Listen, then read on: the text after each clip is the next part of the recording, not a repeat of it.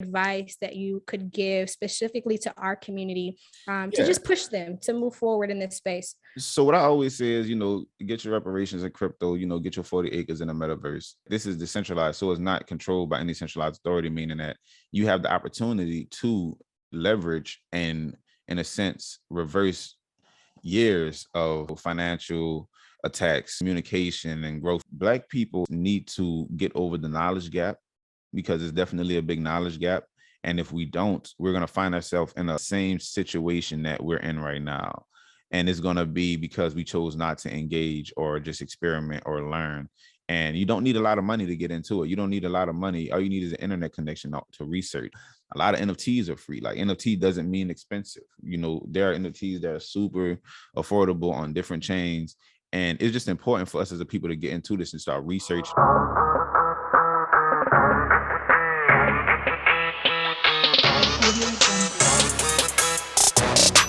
All right, good people, what's happening? Back with another episode. Super excited about my guest today. Y'all, when I tell you I first heard about this man, I was scrolling on his Instagram and I said, you know what? I don't know who this is, but this is somebody really important that I need to know. And so I took the leap of faith, slid in his DMs and said, look, I need you on my show. He said, absolutely. Found out we were fam. He said, definitely. And so now here we are. I'm super excited to you all to announce my guest today, Dr. Clipz. He is a startup founder, a tech founder, a pioneer in the Metaverse NFT space, and so many other things. And so I'm so excited to have him on my show today and interview him. We're going to talk about his story. We're going to talk about why he thinks NFTs, Metaverse, and all things really are the next wave, and it's here to stay. And we're also going to get into some really fun questions so that you can learn more about this space.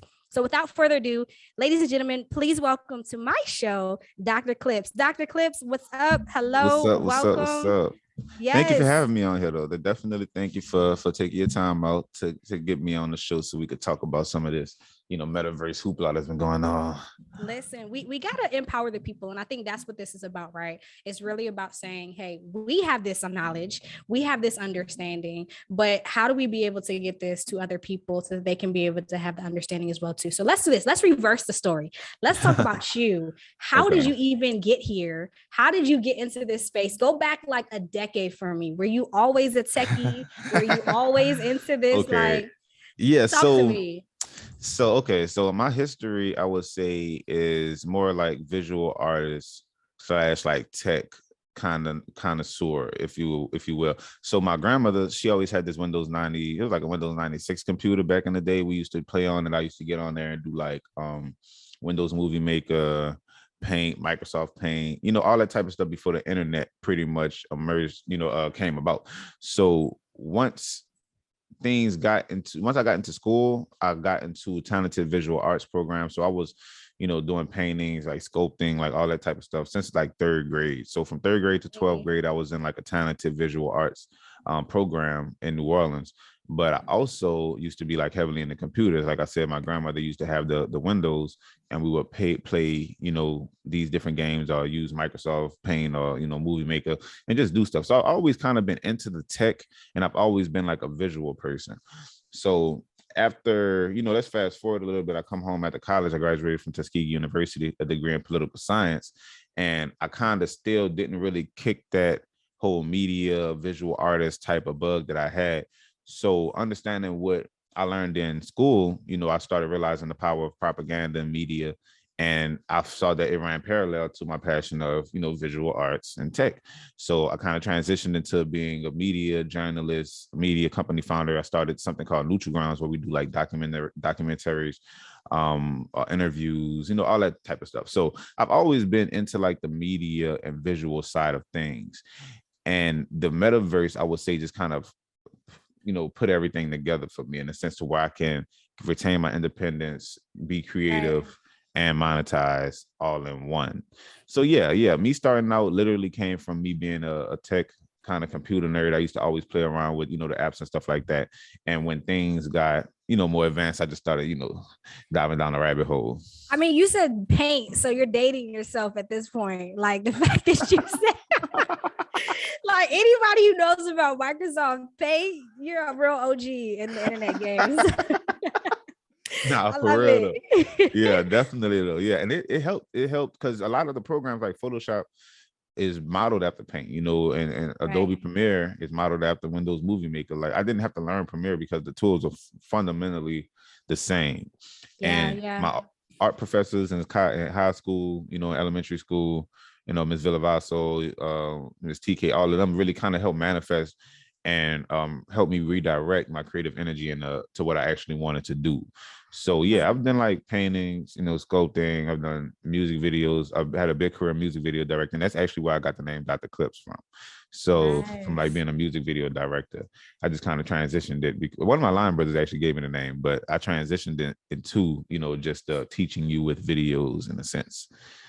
Got you. Okay. So you have an extensive background. I think what you're showing us and teaching us, no point intended though, is that you've been doing this. You've been in the game. Like you don't got wet feet in this thing. Like you really are a pioneer, but more important, a vet in the tech space. And we Mm-hmm. love to see it, right? So, okay. So fast forward me, right? Mm-hmm. Tell me the moment so that we can get really deep and nitty gritty into this today. Tell me the moment where you realize the metaverse is what it is. Or actually, let me ask you this. Which came first? Was it metaverse aha moment or was it NFT aha moment? That's a good question. That's a super good question. So my first aha moment it was metaverse related. It wasn't NFTs. Okay. And I've actually, so there was a hurricane in New Orleans like 2 years ago, and it was the day before the hurricane hit. I had bought an Oculus, and the Oculus I copped it probably like 2 weeks after it first came out. You feel me? And that was like in 2020. And when I got it, I started, just messing with it because I literally was just like, okay, it's raining outside, our power's out. I have this VR headset, so we just started messing with the VR headset till the power came back on. And from that point, I've just kind of got down that rabbit hole of this is the future. Like you do it, you get the immersiveness, you start dabbling into these different platforms. I actually had got accepted into Facebook Horizons early beta. So in 2020, I was actually in the Facebook metaverse like years before they even announced the meta. I went to like a Kid Cudi concert inside of there. I went to like a big Frida concert. I'm from New Orleans, so she Oh performed in the yeah. metaverse. Yeah, and this was like years ago though. It wasn't until I actually stumbled across the Mana token, which is the Decentraland's native currency. I stumbled across that at around 11 cents per coin. And I reached out to my business partner, who's actually one of my co-founders with Jam Around, and he was surprised that I didn't know about it already because of the use case behind it. So I started doing my research and realized that mana is the native currency of Decentraland, kind of like what mana to Decentraland is what yen is in Japan or what US dollar is in America. It's like the native Right. currency of that place. So you go there and you spend that currency to get what you want. So I bought like a lot of it, like probably 6,000 coins. And from that point, it was just me exploring and seeing what I could do with it. So I would go into Decentraland and I would gamble, to be real with you. I'd take them coins and I'd go play blackjack and roulette inside of the metaverse casino. And when I would do that, just really testing it out, but losing money, winning money, you know how it is, just gambling. Right. Like the real So casino. yeah, literally like the real casino. And the difference between the metaverse casino is okay, they're not forcing alcohol down your throat, or they're not just no distractions of people walking around, beautiful and all that type of stuff. So you can really focus on the game in a sense. You feel me? So I was playing, and then there was an event that went down in the casino, and that event was by this brand called Apes 3D. Apes 3D was a collection of 1,000 voxel apes. I know you probably saw me talk about them occasionally, but there was an event, and I actually had won a little mana that day, so I had a little extra crypto to spend. So I bought my first NFT while playing in the casino because they had an event in the casino that day. I took that NFT and I basically went to TikTok, which I had about a TikTok following around 20,000 at the time. And I started playing with the object in TikTok. So it's an open source 3D asset. So I was able to download the 3D model, put it into an augmented reality software, and start making content with it, right? So the content went kind of viral. This one guy, he saw my video on TikTok. He went and bought the most expensive asset of that collection at the time, which was $3,000. It was listed for 30,000, but he put up an offer for 3,000, and they accepted it. When they accepted the offer, he put it back on sale for 30,000, and 2 days later he sold it. for 30,000. Wow. And that was the biggest sale of that collection. So the floor price of the collection went to the moon. And when I first bought my asset, there was only around 3 Ethereum in trade volume. So around $9,000 at the time was traded in that collection. Now it's around 300 Ethereum in volume, just off of the trickle down effect, because that one dude bought for 30,000 and then the floor kind of corrected itself in the middle. And I met the guy who was over the program. His name is Ape Father. I don't want to give his real name, but I've never even seen his real face though. Like, he's in Russia and all this type of stuff, but he's been my marketing client ever since then. So he reached out to me. We worked out something. He gave me like 14 apes. They were worth like $1,400 at the time a piece. You feel me? Then he put me on payroll, gave me like 2 Ethereum for 3 months to do some marketing work. And he just renewed it, in January.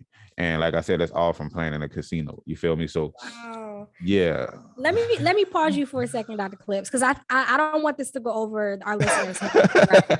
You just said a whole lot in like 90 seconds, right? Yeah. Unpack this point, and let's go step by step, right? Mm-hmm. Just quickly. One, help people wrap their mind around what the heck Decentraland is, right? And then help them understand how you're even playing like games. Set the stage there first of like what Decentraland is, and then even how they could be having an event in Decentraland. Right. So Decentraland is, in a sense, a 3D social media platform. If you want to put it in like simple, as much as I can understand terms, 3D social media, because you can build games inside of Decentraland. It's not like you go to Decentraland and it's just a universal game. It's more like an open sandbox type of Sims. Think of the Sims with the real economy behind it. So imagine if you could spend real money in the Sims. That's what Decentraland is. And that's typically what this whole metaverse concept is a social media platform where you get a better sense of presence, because it's not over 2D screens, it's in 3D. So Decentraland at the moment isn't a virtual reality platform, but they're actually working towards that. But the whole goal of the metaverse is adjacencies, being in the presence of someone else, and then ownership. So when you think of the metaverse or these metaverse platforms, they're literally social media platforms with another layer of immersion and with ownership. And just to unpack that really quick, when I say another layer of immersion, when traditional social media platforms, you're stimulated by your visuals and your auditory senses. When you take into virtual reality, when you put that into the account, now you're touching things, right? Mm-hmm. So that extra layer of immersion, you can see what the internet has done just by appealing to 2 senses. So now we just added another sense into it. Adding that, as well as the blockchain technology, which gives people ownership, creates a full potential economy.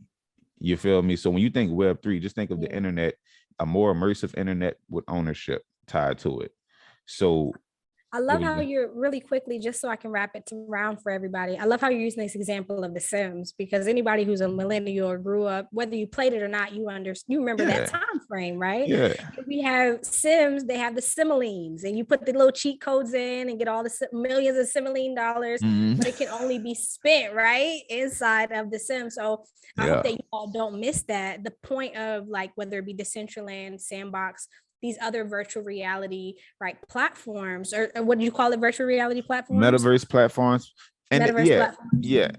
And it's a lot of semantics to it. So you got your virtual reality, your hardware, you got the metaverse, which is an all-encompassing. Then you got the NFTs, which are the assets. Then you got cryptocurrency, which is the money. So semantics are super important, and like vocabulary is super important, because it's so easy to overlap a lot of those things. Like you will see something that I typically see when people refer to metaverse platforms is, okay, Facebook is making their own metaverse. Microsoft is making their own metaverse. That's bad semantics, because the metaverse is a shared digital space and the sum of all virtual shared platforms. Just like the universe is the shared physical space and the sum of all shared physical platforms.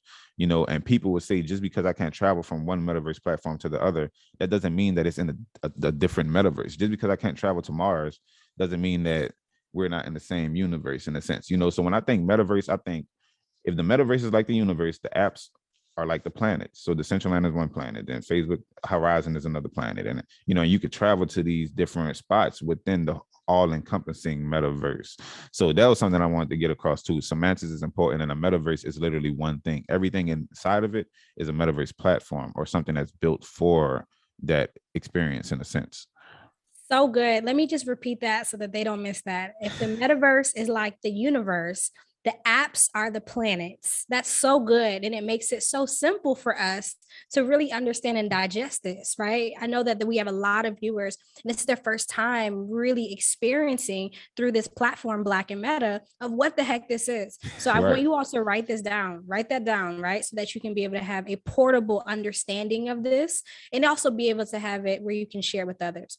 So let's keep going, Dr. Clipz. I really want to get to, we've got about 30 minutes left here. And I want to get to the concept of even people engaging with this, right? So we've kind of set a baseline of what the metaverse is. Right. Let's jump back over to NFTs, even using your own story, right? So you said you had this event, right? Meaning inside of the metaverse, in this platform, and then you ran across, tell me again, was it the NFT? Unpack that again and talk about NFTs. Yeah, so I was in the event and in the casino within the Decentraland. So I was inside of a casino in the Decentraland, right? The casino is called the Central Games. The Central Games is one of the first metaverse businesses that actually hires real employees. So they have a whole casino operation inside of the Decentraland. So I was inside of the Decentraland and I went to the casino. Inside of this casino was an event. And the event was hosted by a NFT collection called H3D. Now, in the Decentraland, the events is like the most important aspect of it because this is where communities get together. This is where you sell NFTs, et cetera, et cetera. So while I was in the casino, I actually won some mana. So I had some extra money to spend when I was in there, or extra mana to spend because, semantics.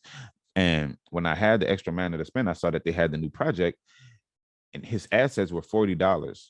So I bought one for, it was like 0.08 ETH or something at the time. And it was like $40.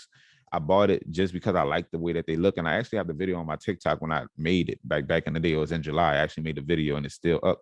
The video that caused, that ricochet of sales. So yeah, the event was going on while I was playing in the casino. So I bought the asset because they link kiosks in the event to where you can directly buy NFTs from whoever's throwing the event. So I bought the NFT, downloaded the asset, which I now own because he gave commercial rights to holders. So I was able to use that NFT in whichever way I saw fit. I downloaded it and I started making content with it. My early NFT day, the reason why I would buy NFTs in my early days would be to promote it on my TikTok. So I would want to buy projects that have open source augmented reality capabilities so that I can create content around it so that I can get a return on investment from promotion of being this experimental influencer. So when I bought it, I put it on my TikTok, and this one guy named Cypher, this other random guy that was on my TikTok, he saw the post. And when he saw the post, he went to the collection and he put a bid on the most expensive item in that collection at the time. So there was a Ape 3D asset, and it was like a king. So it had a crown on it. And it was for sale for 10 Ethereum, which at the time was $30,000. He put a bid on it for 1 Ethereum, which is $3,000. The person bid on that bid and sold it to him for 3,000, which was 1 Ethereum at the time. What he did was he put it up for sale for 10 Ethereum right after he bought it and sold it in like 3 days. Right. And when he sold it, everybody who had the assets just started delisting and raising the floor price. So the floor price of the actual collection pretty much skyrocketed. And yeah, and it was a result of literally me buying a $40 asset, then putting it on my TikTok, another guy buying it and then flipping it. Now the whole collection is valuable. So the owner reached out to me, and wanted to create something a little more long-term. We got cool, it was all organic because I actually liked the project. It wasn't like I was doing something just to do it, just to get recognized. I didn't even really expect it. So, so he did it, put me on his team as a marketer. So I actually wanted to be in the lead marketer for him. I designed his websites. I actually got some content I'm doing from the day, like literally an ongoing business relationship that has yielded me more than anyone in my real life marketing agency. So I've made more of me. And your mic is off too. I don't know if you got it muted, but wow. Yeah. So yeah. You so said he any more than in your real life. That's a big statement. Yeah. So in 3 months, the first contract I had with him in 3 months was for 2 Ethereum, which at the time was around $8,000 to like $9,000, and then we renewed it not too long ago, and I created an NFT contract that he bought. And now if you've seen that, that's who I sold that NFT contract to. Yep. Yeah, because he's in Russia. I don't think he's in Russia. I think he's somewhere, not Russia though. And it was just difficult to handle the currency. So in a sense, I started gambling in the casino. I ran across an event, bought one of the assets, posted about it on my TikTok, which led to the project skyrocketing, which led to me getting a marketing deal with the owner and a long-lasting relationship. He's introduced me to so many people that I've worked with. Like Exclusible is a brand that I've got introduced with through him. Exclusible is an NFT luxury marketplace. We work with like Cartier and like all this other type of stuff to do like luxury NFTs. And it's just so many relationships that came from me just experiencing Decentraland, me going into Decentraland, doing things, engaging, adding value, and that's really the thing, adding value to the community so that they can give back to you. And it's just like a give and take, because when I dropped my NFT project, and I know you want to segue into that, most of the people who bought my first items were members of the H3D community. So it's like a whole give and take type of situation. Like a full circle type situation. Yeah, and that's the beauty of decentralization. The decentralization is literally, I scratch your back, you scratch mine. We're literally all we have. There isn't a centralized person or authority taking care of us, so we got to take care of each other. Right. I think that's the beauty, though, that I find in all of this, is that it is decentralized. There is, like you said, and for those who are listening, decentralized, to Dr. Clipz's point, there is no one central governor, like how the big apps, the Amazons of the world and all of them, like there is this one big player, right? It's all decentralized, which means that we all work with each other. There is no person in charge. So let's talk about your NFT project, right? Because as you're kind of touching on it, I would love to kind of segue into, you have this experience, you get in the metaverse, you think that you just playing in the casino, stumble upon one of the greatest transformative moments in your life, right? That catapults you to this place now. When do you have the light bulb moment? How does that happen where you say, you know what, I should just create my own NFT project? Yeah, so funny thing. So Ape Father, the inventor of the H3D project, actually gave me the idea to do that. So he told me that I should do like a consultation token, because my TikTok was getting kind of popular at the time, and just everyone's asking me questions, NFT this, NFT that, metaverse this, metaverse that. So he gave me the idea to come up with a consultation token, which evolved into the school. So the reason why it evolved into the school was because me consulting people isn't as passive as I would want it to be, to drop a project with the amount of volume that I wanted to drop. So I created the school as a passive way for people to learn without me having to teach. So I created the courses, I created the website. The guy that bought that ape for $3,000 and sold it for $30,000, his name is Cypher. He's actually a Solidity smart contract developer. So he's been developing on Ethereum since like 2013. He created the NFT smart contracts, so when you look at it, the whole H3D ecosystem kind of in a sense played a role in the emergence of the NFT project. So Ape Father gave me the idea, we transformed it. I got Cypher to do my smart contracts for me. Initially, I was going to do like these 3D ID cards, but I figured that was like kind of boring. So we wanted to do something open source, because I saw how I was able to use the apes in other ways than were intended. So I wanted the jackets to have a better use, not a better use case, but a more diverse set of use cases, So instead of just using it to get access to the school, give you the wearable so you can wear it in Decentraland, or make it 3D augmented reality, give you the assets. So if you understand 3D, you can rig it on your own characters, like do whatever. And that's really where the idea came from, Ape Father giving me the idea to start the project, and then us figuring out a passive way to scale the whole situation, So that's pretty much how NFT came about. He actually donated that piece of land to us as well. So our school in Decentraland, that plot of land particularly, I didn't even buy it. He just sponsored it to us. So how much those plots going. I in a sense, then I bought my own. I got like 2 different plots. And like probably around the corner from the NFT spot. I'll show you around if you want. But yeah, I bought my own 2 plots, but I'm still sponsored by H3D on their land. And, it's just a way to build the community, because when we do our events, People come through, they listen, they walk to the H3D plots, look what's going on in there. It's just all about the adjacencies. And if you were to read the Decentraland white paper, which is one of the first things that I did, was you would see that it's all about the adjacencies, like things that are next to each other, which is all about presence, and Decentraland isn't even mobile or virtual reality compatible yet. So when that happens, it's going to be even more opportunities to, be in the same place with people, give lectures and stuff like that on campus. So we super early, and there's so much going on. But yeah, the NF Teacher project came as an idea from H3D. And then my developer came as a result of H3D.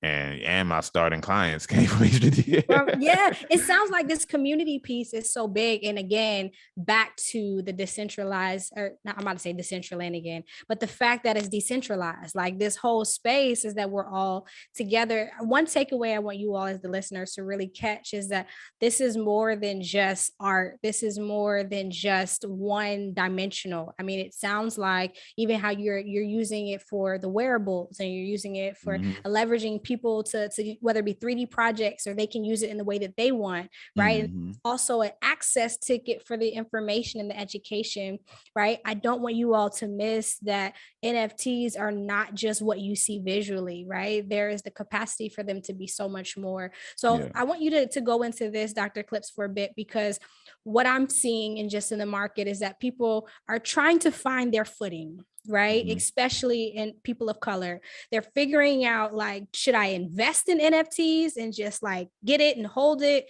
Should I buy an NFT and like flip it, right? Or should I actually do and start my own NFT project?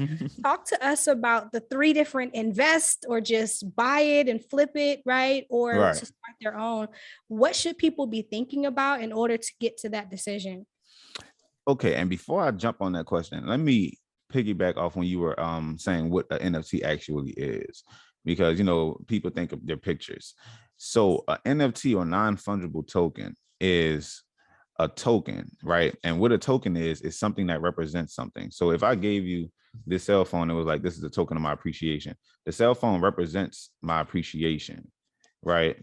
So an NFT is just a token that represents an asset that isn't fungible. Now, what is fungibility? What is non-fungible? What is fungible? Something that's fungible would be something like a dollar, currency, something that I can exchange for an equal value. So if I gave you $1, you gave me $1 back, we can exchange that. It's fungible. And something that's non-fungible is something that's unique. So if I wanted to trade my cell phone for your cell phone, you would be like, these aren't the same phones. Even if it was the same model, there would still be text messages, contacts, different things, because it's a unique device. So this makes it not equal to any other, asset. So that's what makes it non-fungible, the fact that it's a unique asset, right? So an NFT is just a token that represents something that's non-fungible, if that makes sense. It makes a lot of sense. Yeah. It makes a lot of sense. So NFT literally ties ownership to an asset, like a deed ties ownership to a house, or a pink slip ties ownership to a car, or a certificate of authentication ties ownership to a Rolex. The NFT is literally a unit of data that ties ownership to whichever digital asset is representing. And not just digital asset, because there are people doing it with physical assets and whatnot. So to your question, where should you start when you're trying to get your footing in the NFT space? So I made a checklist on my on Twitter. And I was like, what are the things that you should do to consider yourself not a rookie anymore in the space? And I think it was something along the lines of buy an NFT, join a community, add value to the community, buy an NFT, sell the NFT, make your own NFT, sell that. And I'm gonna send it to you so you could probably, reference it in the video and whatnot. But I think that where everyone should start is literally understanding what crypto is, for one, because you need to get the cryptocurrency to buy the NFT, and also understand the tools associated with it. So how do you use the different tools? And once you understand those two things, it's kind of preference driven. So you can get into starting your own project. It's not going to be as easy to sell unless you have pre-existing connections within the community, which is why I always suggest aping into a community first, so that you can get a relationship or develop relationships with people that are in the space. So my first piece of advice I would say is, join a community. Go find the community that you're interested in, though. Like, and a community that you're interested in. The H3D project was very visual. Like I said, I'm a visual person. So when you had augmented reality, 3D, and all of these different variations within the project or variables, it was attractive to me. You have people who are in the music, their music NFT projects. You have people that are into, sports. There are sports NFT projects. So my first advice would be to get into a community just so you can learn the ecosystem and the culture of what's going on, but make it a community that is tied to what you are personally interested in. And that's the beauty of the blockchain technology. Blockchain technology doesn't do nothing but facilitate ownership, meaning that any industry can adopt this technology. So that means that you don't have to be, a tech nerd or somebody that's just watching charts all day to get into NFTs like you would have to be to get into crypto, because crypto doesn't have any visual, none of that really associated with it. It's just kind of charts. When you're dealing with NFTs, now you're dealing with assets, music, videos, things that people can relate to and tie themselves to and be more attracted to, more attached to, in a sense. So join an NFT community that fits your narrative, that fits your hobbies. You feel me? Meet some of the people that's actually trading. They're going to introduce you to some other projects in the same category that you may venture off into. And they're also going to introduce you to some people that can probably wind up helping you get your project off the ground, et cetera, when you want to actually do that. So get into a community, buy an asset. I don't suggest, I flip NFTs, don't get me wrong, but that's not my MO.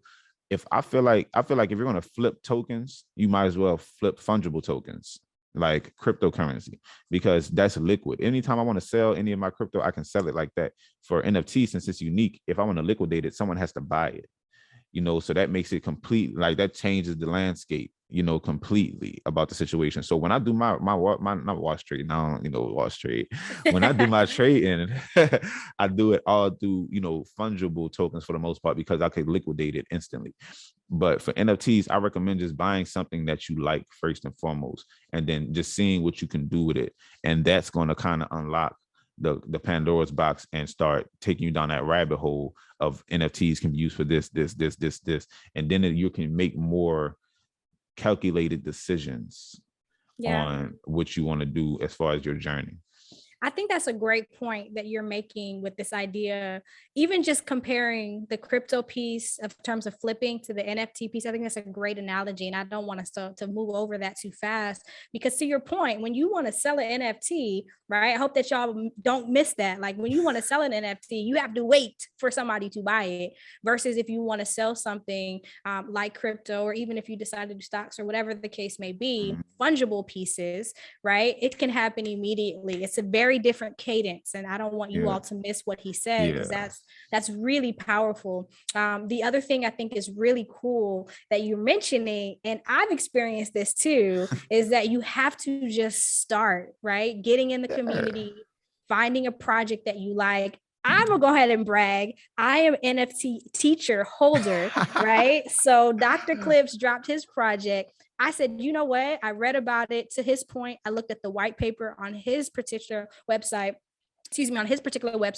and read about his project and really got interested, not just because I love the fact that he's doing this, but I also love education, right? I love the idea that I could have a wearable. I have a Decentraland account. It's already on my avatar, right? So all of this was exciting to me. My point is that y'all definitely, like he said, you have to find something that's exciting to you so that you can really be able to be engaged with it. And so, kudos to you. I do have to put that out there, that I do hold one of his 100. I am a freshman. I think it's the freshman class, right? Yeah, the first class. First class holder. Gonna put that out there of one of the NFT jackets. Nah, definitely. And we got the rarities coming soon. So your jacket actually, 40 jackets are going to stay the same, but the rest of them are going to upgrade. So they're going to turn to like different colors and stuff like that. Yeah. So and that's happening pretty soon before I drop the next ones, which are going to be backpacks. So it's 100 jackets. Then I'm going to have 300 backpacks, and then probably do like some cardigan sweaters, some shoes. I have 5,000 tokens total. So so 5,000 NFT tokens total. 100 is going to be jackets. Those are the most scarce. And then I'm going to basically create an artificial scarcity model to drive the value and the resale without attracting bots to kind of buy up all of them when I first drop. I want people to actually use it, which based off the holders, we have like 97 holders and 100 items. It's like a one of one ratio, which is like crazy for NFT projects. Ape Father told me that if you have 30% of your people using your NFTs, then you won. At this point, we got like 80-90% of the people actually using it. Yo, shout out to Ape Father. Can we get Ape Father on the podcast? And just, I know If he may willing not show to. his face, but can we get just like a placeholder? I'm gonna ask him. Yeah, I'm definitely gonna ask See him. if Ape Holder will let us ask him some questions. He's the Right. OG, obviously. Yeah, he's super Listen, OG. we got like 10 more minutes left, Dr. Clipz. I want to go just one more place with all of this. And I want to talk about the future, right? You've given us some real good things to think about.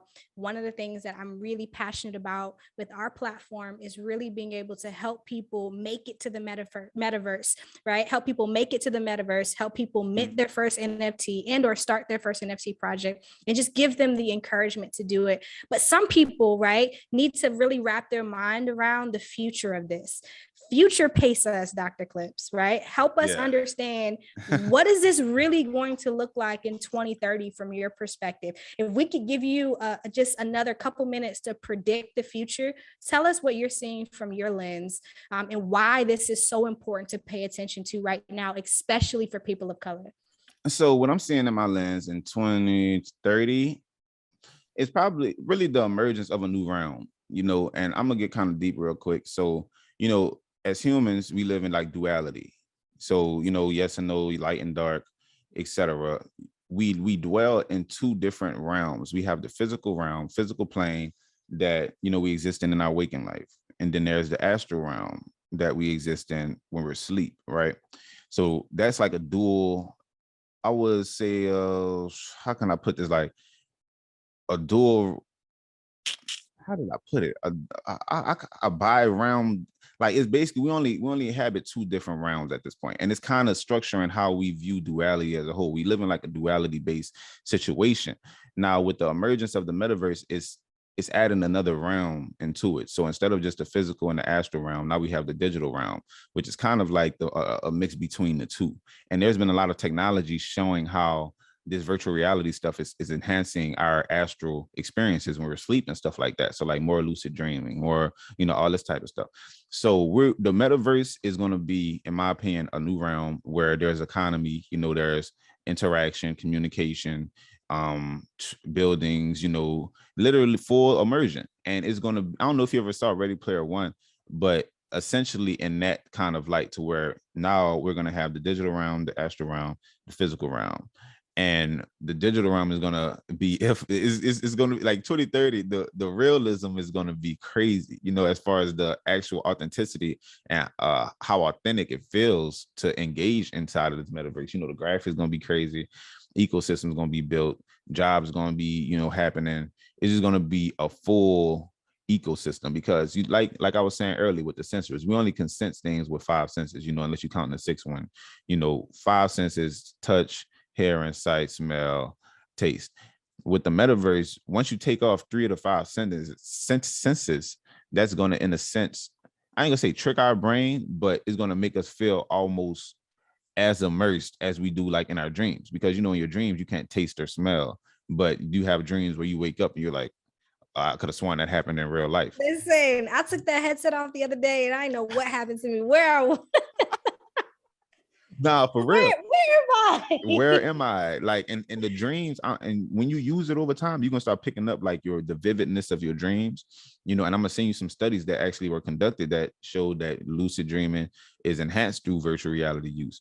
And that's given us a whole understanding of our consciousness in a different level. So from the metaverse, I feel like it's gonna shift humanity's consciousness in a sense, like to a whole nother degree, based off the fact that we're interacting with each other, we're communicating with people who we may see as different through traditional propaganda and stuff, actually developing real relationships. The guy who developed my smart contract, Cypher, probably like 35-year-old white dude, I probably never would have came across or never would have spoken to, never. But me and him have made thousands of dollars together. Like, what I'm saying? So it's going to be a situation where humanity sees a consciousness shift where we're more one in a sense, because that's what the internet is doing, right? It's breaking down the boundaries, breaking down the communication barriers. Crypto is breaking down the financial barriers. It's so many things that are, basically combining us as a as a human race. And I feel like with that is the elephant in the room that people don't really understand with the metaverse. They think it's just some new technology that's just coming in, but it's connecting us in ways that we've never been before, allowing us to build in ways that we've never built before. And our consciousness is just going to shift. I feel like humanity is just going to evolve from the whole concept. I can't agree more. When I tell you you're spot on, especially with the whole piece of lucid dreaming and just enhancing our understanding and enhancing our experiences, even outside of the virtual reality space. I think Yeah. that's the part that makes it so powerful, right? I do want you to even talk a little bit, just for a second, Mhm. right? We both went to HBCUs. We're both Greek. Like, I do really want to highlight, especially since our platform here is Black and Meta, understanding and really giving some narrative to people of color, of understanding that, hey, there's what one of my good colleagues is calling a meta divide that's going to happen. Mhm. That if people of color don't figure this out or just understand the knowledge, just the simple tools of having a Yeah. MetaMask wallet, right, Yeah. on your phone. Like, talk to me a little bit, or I would say this, give a little bit of insight and or advice that you could give specifically to our community, to Yeah. just push them to move forward in this space. So what I always say is, get your reparations in crypto, get your 40 acres in the metaverse. And I say that to say that this is decentralized, so it's not controlled by any centralized authority, meaning that you have the opportunity to leverage and, in a sense, reverse years of financial attacks, communication and growth. You have a chance to reverse that. And Black people, in a sense, need to get over the knowledge gap, because it's definitely a big knowledge gap. And if we don't, we're going to find ourselves in a sense in the same situation that we're in right now. And it's going to be because we chose not to engage or just experiment or learn. And you don't need a lot of money to get into it. You don't need a lot of money. All you need is an internet connection to research. The central line, you get on there for free. A lot of NFTs are free. Like, NFT doesn't mean expensive. There are NFTs that are super affordable on different chains. And it's just important for us as a people to get into this and start researching and start engaging and just taking advantage of the fact that it's decentralized, taking advantage of the fact that you don't gotta, put your skin out there. I did it, you feel me? Because that's just, I'm a journalist and that's what I do. But I know a lot of people who Black, they'll go use a cat profile picture or something, and they'll find that they're getting way more yeses than they did when it was just a Black thing. So definitely take advantage of the decentralization, take advantage of the freedom that comes with empowering yourself with the knowledge and the wisdom of what's coming forward, because you want to have that first mover's advantage. You don't want to be late to the party and now you paying a premium on everything just because you late. Listen, Black people will pay it. Unfortunately, that's how they go.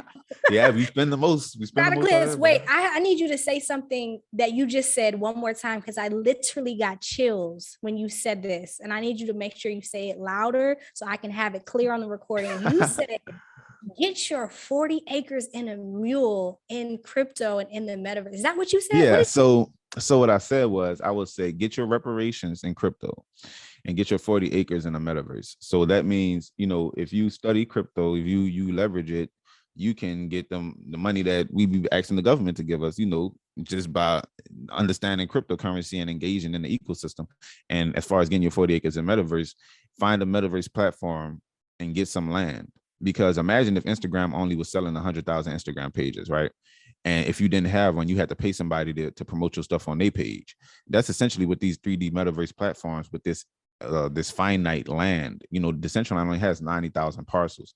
So it's only so many parcels, that you can get. So make sure that you acquire so that you can leverage and monetize going forward as these platforms evolve and grow.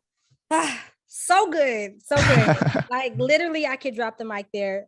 Final question, and I'm gonna let you go, because this has been so good to me, so rich to me, so blessed, such a blessing. I want you to just give us any last words, but I want you to start here. What is something that you either wish you would have known, right? If we could take Dr. Clipz back, right? I think you said first TikTok, right? When you got inside of the casino and did all this stuff, whether it's then or whether it's even further or somewhere in between. What do you wish you would have known, and or wish you would have done differently? Anything? Yeah. And what I would have wished I would have done differently, probably gonna be a little complicated for the basic person to understand. But Using layer 2 solutions the correct way. So Ethereum is super expensive. This blockchain called Polygon was created as a scaling solution for Ethereum. The gas fees, most of the time that I spent money in Decentraland, I could have avoided spending like $50 to $100 per transaction if I would have did just something differently that I learned like 2 weeks ago or something like that.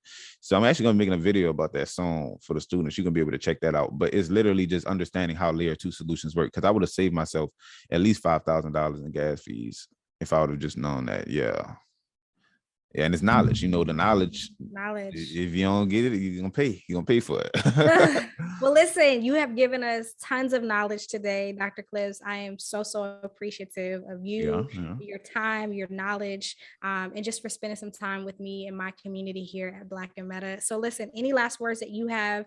Of course, I want you to plug your projects. I want you to plug whether it be Jam Around or NF Teacher, what's coming up next. Plug all of that. We'll be sure to put the links down in the description. But for now, give us any last words and be sure to plug everything that you want us to know. Yeah, so last words is, just expand your mind, explore the opportunities. Dr. Clipz, you check me out on TikTok, Dr. Clipz, Instagram, YouTube.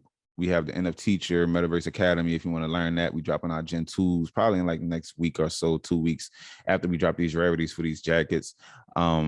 Yeah, Jam Around, that's coming soon. Music platform. That's a whole nother interview for another, because it's just so much going on with that. But yeah, y'all. We got so much going on. I need to slow down. I actually capped out on my projects, but yeah, just in final words, y'all, just expand and explore. Don't let the limitations of society dictate what's possible in your life. Yeah.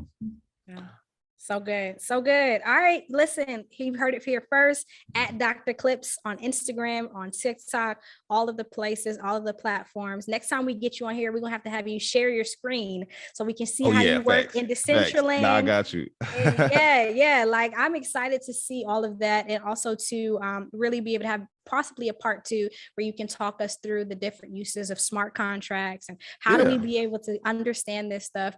We'll get you in for a masterclass. This is for people who are serious. We're gonna get Dr. Clipz back here, and y'all gonna have to pay him in ETH so y'all can learn about all of the things that he's doing. Yeah, we good. So appreciate you, fam. If you need anything, let me know. I'm about to hop on this 10:30. Oh, yes. All right. Yes. Thank you. I appreciate it. Be well. Send me some clips. See ya. Peace.